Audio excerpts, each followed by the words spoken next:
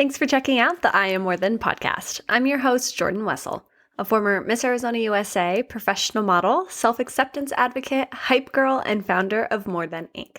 In this podcast, we talk about the things that actually matter, from mental health to health and wellness, body image and confidence, and social issues. We're here to uplift, educate, inspire, and grow together.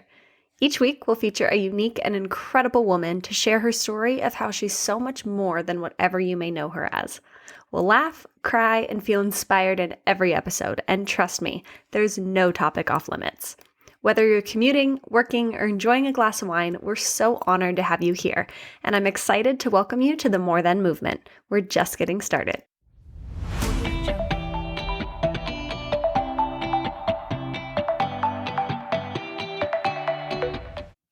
Welcome back to the I Am More Than podcast. However you're listening to this episode, I'm so happy to have you here. We are finally incorporating a video element. So for those of you who love to watch podcasts on YouTube, we will now be on there, which I'm so excited about. So if you're watching, you'll see that I cannot stop smiling. Like I can't wipe the smile off my face if I tried, because I'm still beaming from this past weekend. And I'm so excited to dive into the full story of how it happened, because I feel like life went from being pretty manageable and like some opportunities were coming up to like flipping my world upside down, throwing me back into an industry that I haven't been a part of for a very long time, and just really reignited my passion for hosting specifically. I've loved hosting on the I Am More Than podcast, and I feel like it's really helped me become a better interviewer, but I never thought that being a podcast host would translate into being a red carpet host, which is really what ended up happening this weekend. So I want to spill all the tea about this crazy opportunity that I got, how wild the weekend was. And as much as I wanted to record this episode to let my audience and our listeners in on this wild experience, I also really wanted to do it for myself too, because I think it's really easy for me to almost not skip over exciting achievements, but get clouded by striving for more, that I don't really sit and soak in my accomplishments or appreciate the achievements as much as I would like to. And that's something that I know I never really did in my early 20s. Instead, I always looked at like opportunities of what I could do better for when I got a bigger one later down the road, instead of just acknowledging the moment that I was in. So I'm trying to be intentional about not doing that this time. So a big part of this is almost like a video diary too, so that I don't forget the feeling that I have right now, the feeling that I had all weekend, so that when some different emotions come up and when anxiety gets thrown into the picture, I don't forget to keep pushing myself. So I know that could seem like a little bit of rambling right now. So let me give you full context as to why I'm feeling the way I'm feeling. So about a week ago, I got an email from my mother agent who is based in Arizona. And she said that I had been put on hold for a hosting job. And I was thrilled to hear about a hosting job just because I haven't had a lot of them come my way. And I didn't read the full like scope of what the job actually was, and just said, yeah, like would love to get back into hosting. And my agent texted me and was like, did you read what the job is? Make sure you're available for those days. And I scroll down and see that I was put on hold for Shaqs Fun House party and the Sports Illustrated party to be a red carpet host for both events for the Super Bowl in Arizona. And I was absolutely freaking out, so excited about it. But something that I kind of learned pretty early on into my career is that just because you're put on hold does not mean that you're confirmed, and does not mean you're going to get the job. So typically when you're put on hold, it's mainly so that the client can see that you're available, so they could put multiple people on hold. And there's been a couple jobs that I've really wanted throughout my career that I got super excited about, super invested in when I was on hold, and then I just never got confirmed. So I tried not to get my hopes up too much. I was thinking about it a lot. I was praying about it. And this opportunity came to me just a couple weeks after I'd really been struggling personally. We had a loss in the family. So like, I just felt like I was really in like a little bit of like just a lower time. So I was trying not to get overly invested, but like couldn't help but think about it 24/7. So then that following Monday, I hadn't heard anything all day. So I assumed I most likely didn't get the job, tried not to act like I cared too much, and ended up getting a text message from my agent saying they booked you for Friday night for Shaqs Fun House. Can you be out here? I was absolutely freaking out, was so excited, but I don't think it really hit me, or I don't think it sunk in, because I started focusing on like the logistics of it all. Like, okay, we need my flight. I need to figure out what the heck I'm wearing. I don't even know how I'm going to execute this job. Like I didn't have any details about who hired me, who I was representing, if it was going to be live TV, if it was going to be used for social media or website marketing or commercials. I was given no information other than I needed to be there at 6:00 on Friday. So Brendan was on a work trip in Colorado. I call him real quick and he's like, well, obviously I'm coming with you. I'll book our flights right now. And so he books our flights. I started trying to figure out like, okay, what does a red carpet host wear? Because I've only hosted one other red carpet, and that was for the American Country Music Awards back in 2014. So it's been a hot minute. And I did a bunch of Super Bowl events last time the Super Bowl was in Arizona, but that was 8 years ago, like right as Brendan and I started dating. So I felt a little rusty, didn't totally know what I was going to be doing, but I reached out to my former pageant director, Britt Boyce, and said, hey, do you have any contacts that could help me get a dress? And she got in contact with Sherry Hill. Come to find out, Sherry's warehouse is here in Austin, where I'm located. So I went out there, got to try on a bunch of beautiful dresses. Nadine Marabi sent me out a couple dresses. And I just started getting settled into the fact that like everything that I could control was going to be done. I had my spray tan appointment. I had my hair done. I had my outfit, and was still kind of questioning in the back of my mind, one, why me? And there was another part of me that didn't want to get too excited about it or too emotionally involved in case it didn't happen, because that's also something that I've experienced. And it really made me realize that although I've done so much growth throughout my 20s, and especially being on this podcast, I'm always super vulnerable and open with you guys about my own confidence journey.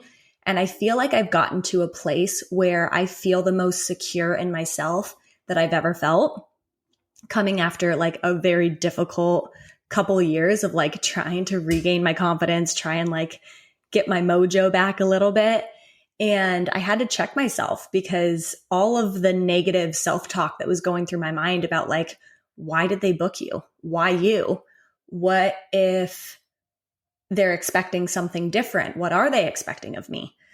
And so some of the anxiety started building up a little bit, a couple days leading up to it. I had a photo shoot on Thursday here in Austin.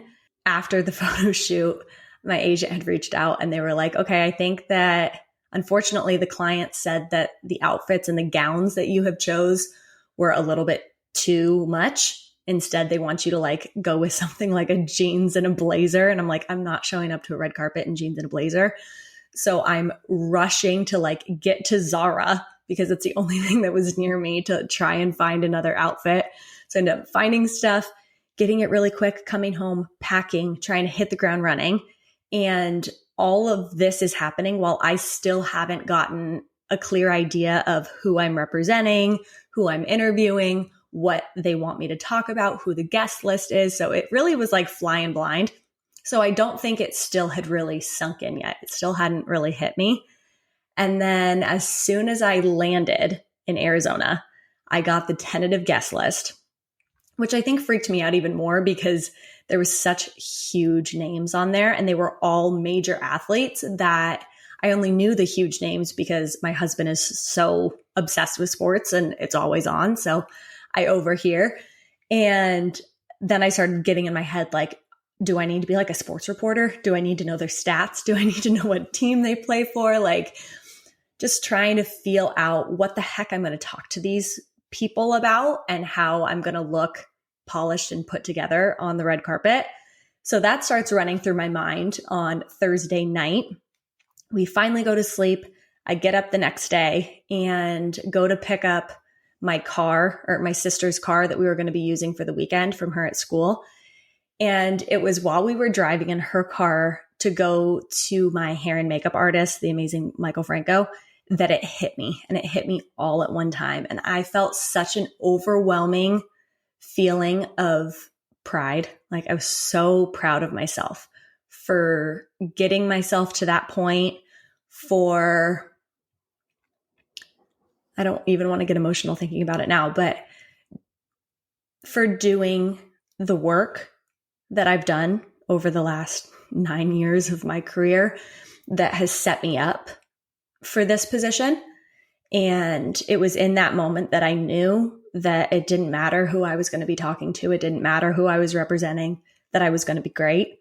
I made that conscious shift in my brain. And when I tell you that boost of confidence that came through me was so strong and so amazing, that when I got to hair and makeup, he gave me a nice glass of champagne and I just settled into the fact that I was about to do the damn thing. And we showed up to Talking Stick Resort, who ended up being my client, who I was representing. I got to see the scale of the event that I was responsible for being the red carpet host for. So we walked through, it was Shaqs Fun House. And so he basically puts on a giant festival that you can get tickets to. And there's just amusement rides and games and a crazy musical lineup. And you get to meet all of these athletes and celebrities and just have a really fun time as you're prepping for the Super Bowl. And so I'm walking around while it's empty, seeing the scale of this production. And then I go into Talking Stick. I put my beautiful gold shimmery Sherry Hill dress on and was just ready to rock and roll. So I go down, I meet my film crew, we see the red carpet, and I'm right next to all of these major networks at like TMZ and E! News and Sports Illustrated and all these giant companies and brands that I respect, and was just like, how cool. Little old Jordan is standing here next to everybody else with just as much of a right to be here, about to interview whoever the heck walks down this red carpet. They hand me like a 10-page double-sided sheet with like headshots of who was confirmed to be coming. And on this list, there was so many people that I started like fangirling over. Like Aaron Andrews was on the list. Carissa Thompson was on the list. Stephen A. Smith, Shaq, obviously, like these huge names that like are household names that I was about to be interviewing. So then I just got like super giddy almost, and like butterflies in my stomach. And given it was so cold, I lived in Arizona for a very long time, that I should have known better that like when our winter nights come, it can get chilly. But not only was it windy, it dropped significantly. And I was just in my little sequin cutout dress. So I think the adrenaline kept me warm for like the first 3 hours. And then outside of that, I started like literally shivering and like my teeth were chattering because I was so cold. And I didn't want it to come across that I was nervous. So I was trying to like do this crazy deep breathing. People are handing me jackets to try and warm up my legs in between interviews. But my very first interview of the night was Shaquille O'Neal. Like you couldn't start with somebody else so I could like get my nerves out. And thankfully, he was the easiest person in the world to talk to. It went great. And once I got that out of the way, I was like, I can talk to whoever you send my way. It's going to be great. And I rocked it out the rest of the night. I felt super confident about the way that I showed up. Felt just really proud that I just did that. And as we were getting ready to leave, I had not yet been confirmed for Saturday night to host the Sports Illustrated party, but I knew that they were going to call me back. And I don't say that to be cocky. I say that because even before I had gotten there for the first event, I had asked my agent, what's the likelihood that they'll confirm me for Saturday night if I do an incredible job on Friday? She goes, never say never, but just so you know, they have confirmed somebody else. So like, I wouldn't get too excited about it. Brendan was like, should I change our flight so that we fly out Saturday night so we have Sunday to relax at home? And I just kept saying like, no, we have to stay because I have to be available because they're going to book me again. Long story short, I finish up Friday night, felt really confident about my performance and go into the event.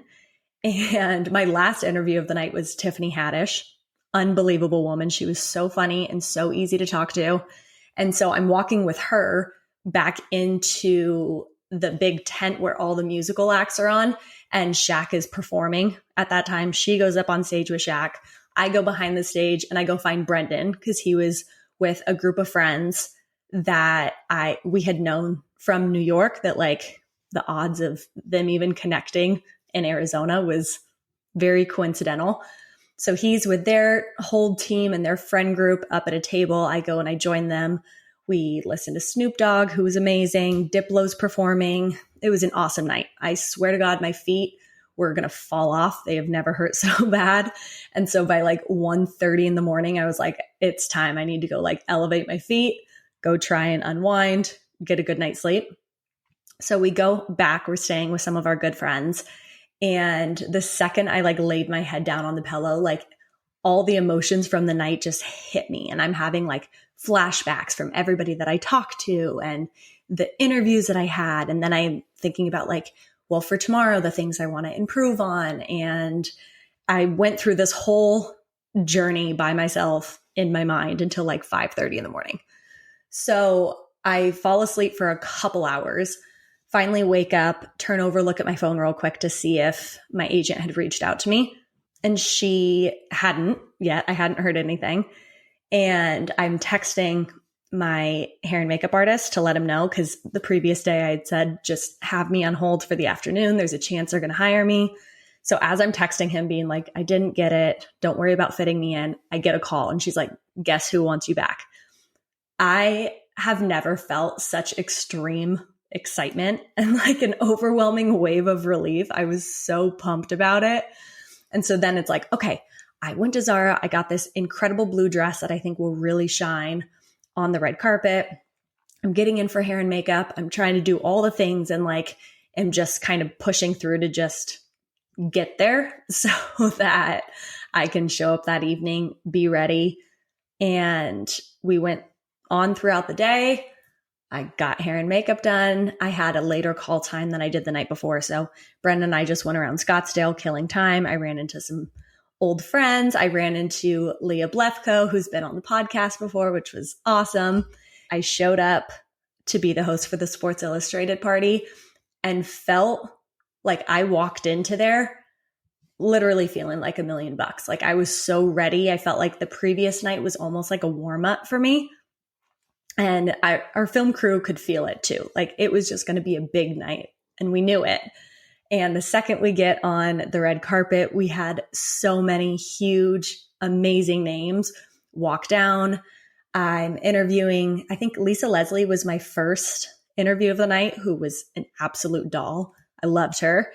A bunch of different football players that I had seen the previous night are coming down and we're just having fun with each other. And like, I felt like I got out of my head about trying to be like some sportscaster and know everything about them, and instead was just like talking to them like friends. And I think it made it an enjoyable experience for them and definitely helped my own nerves. All of my friends from the Sports Illustrated swimsuit community started coming down. And there's this one moment that was such a vivid full circle and made me feel super present moment as we're interviewing all these different people, feeling good. And this black car drives up, drops off group of people. And at the very front of that, I see Camille Kostick. And I was so excited to see her because she had gone out for Sports Illustrated Swim Search, I believe back in 2017. So it's been some time. And I went out for it the year after. And I remember sitting in Miami with her, talking about all the things that we wanted to accomplish. We were talking about hosting, talking about modeling, talking about stepping outside of your comfort zone and just going for it. And then I had ran into her like a year later after a casting in the middle of Times Square. We had the conversation again about what we were hoping to accomplish and manifesting and supporting each other.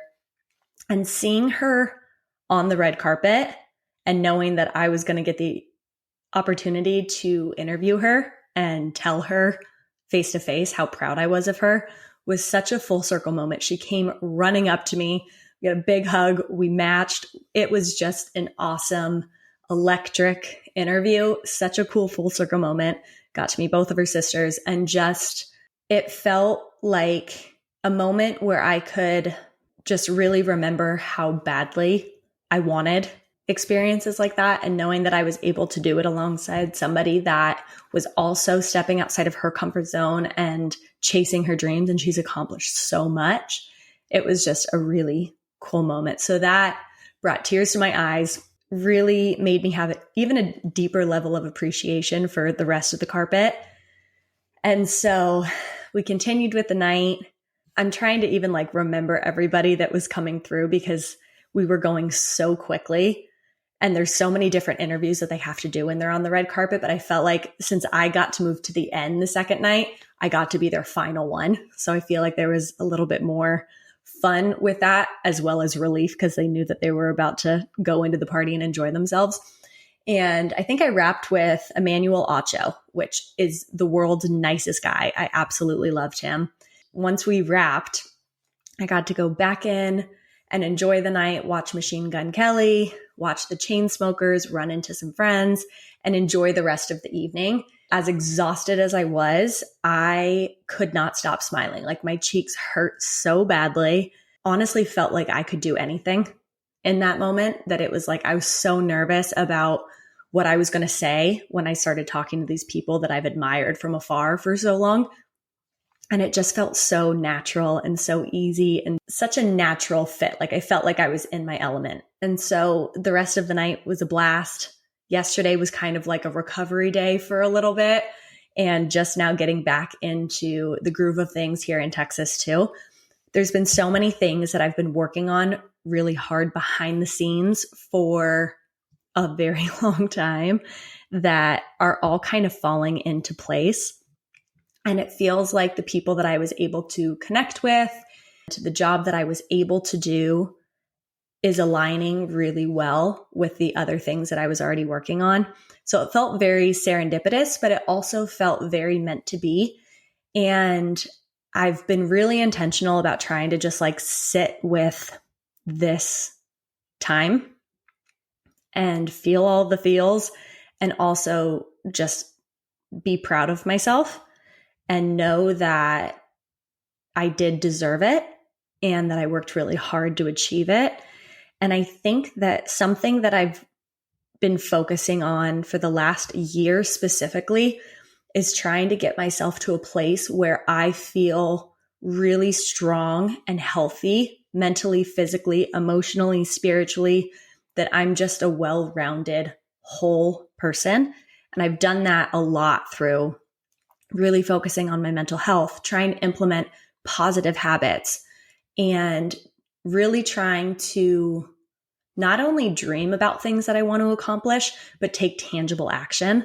My word for this year was action. And I think because I'm such a perfectionist and I get so stuck in my head that a lot of the time I am in my own way, to be honest, because I start freaking out about releasing something or going for something if it's not going to be perfect. And I realized over this last week, especially, that I've gotten so comfortable being comfortable. The idea of pushing myself past my comfort zone was really anxiety inducing. And I remember I used to feel, when I was pushing myself outside of my comfort zone, I'd feel those like giddy butterflies. But I loved the fact that I was stepping into something that was unknown. And I think that if you don't push yourself for a long enough period of time, it's so easy to become complacent in your life. And it's really easy to settle. And it's also easy to start believing that you can't achieve the things that you want to. And I think when you start being really intentional about figuring out what it is that you do want, dreams that you want to accomplish, things you want to work towards, start taking tangible actions to get there. The combination of doing that on top of making sure that you yourself are ready and whole and complete. And if an opportunity were to come, if the things that you're hoping for were to happen, are you ready to capitalize on them? I genuinely think that if this opportunity fell on my lap a year ago, even 2 years ago, I don't know if I could say confidently that I was ready for that. And I feel like I would have held myself back because I would have waited for the perfect time.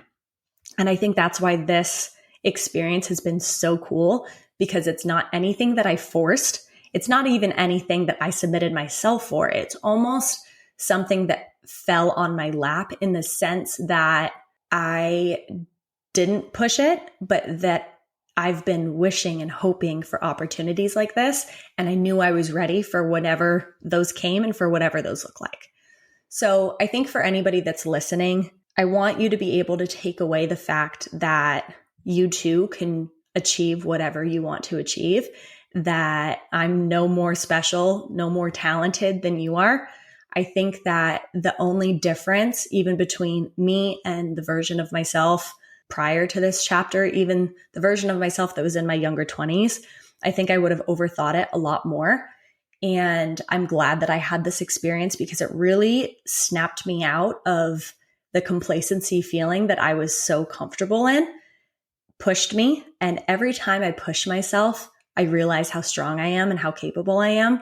And it's almost like a superpower. It adds another layer to your confidence. And I think even though I genuinely do feel like the most confident version of myself, I too got stuck in the negative self-talk cycle the second I found out about this opportunity. Leading up to this opportunity, I really was trying to check myself every time those negative thoughts would start cycling through my mind, because I'm so aware of the fact that words have power.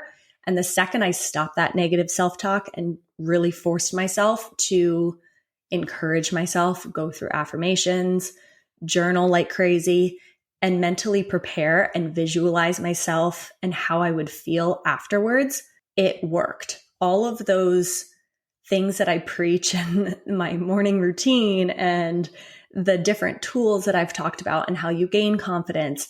I know sometimes it can just sound like talk, especially when you hear people talking about their confidence journey and the things that they do. And I think that when you actually take those things and you implement them and figure out what works in your life, those little things that you're doing every day are not only going to make you confident day in and day out, but it will increase your confidence like crazy when opportunities do come your way, because they will come your way. So I feel like I've learned so much in a very compact period of time, but I also feel like I'm exactly where I'm supposed to be. And these opportunities that are now happening and the doors that are about to open are doors that have been in the works for a long time, but I'm stepping through them now because I've done the work on the back end to make sure I'm ready for it. So whoever's still watching, I really just want you to keep investing in yourself. Keep investing not only in your craft, whatever you're doing, whether you do have a desk job, whether you're a creator, whether you're a student, whether you're a mom, whatever your day-to-day looks like, keep investing in yourself. Keep investing in becoming the best version of yourself. So then opportunities that you're wanting, whatever those look like, when they do come your way, you're ready. Because when you are ready for something, nothing can stand in your way. Nothing can stop you. The biggest reminder I even need for myself in this is like, get out of your own way. Because at the end of the day, you can only hold you back. You can't stop what's meant for you. You can't. You can delay it. I know for a fact that I've delayed myself many times because I've stood in my own way instead of just allowing myself to go on a journey that's natural for me. But I feel like once you do step out of your own way, opportunities are going to present themselves. And when it does happen, it feels pretty freaking good. I hope that this experience can encourage you a little bit too. I'm so excited and thankful and grateful for all the overwhelming support that I've gotten throughout this journey. I'm so thankful to the people that I was able to meet. And another side note that I do want to throw in here too, real quick, is I think when you're not in the industry, or in my case, when you remove yourself from the industry and you're just kind of like looking from the sidelines, I think it's really easy to look to these people that you admire, whether they're athletes or celebrities or influencers or whoever's content you're consuming. It's really easy to look at them and think that they are better than you or that they have something that you don't have, be envious in some way, or look at them and treat them as if they're not just a normal everyday human. And I think having the experience and being able to work with these people directly reminded me again how human everybody actually is, how everyone's just doing the best they can and navigating through their own opportunities and their own path. So I needed to check myself when it came to not even comparing myself, but almost not humanizing the people that I was looking up to. And I think it's an important reminder for people on the internet too, to remember that these people that they're looking to are human just like the rest of us. So I think that's an interesting element, that not only did I feel more of a right to be there just like anybody else, but it also reminded me that the same like grace that you hope to be extended, the same mistakes that you make, the same chances that you do or don't take is also something that somebody else is struggling with or dealing with, even if it's on a different scale.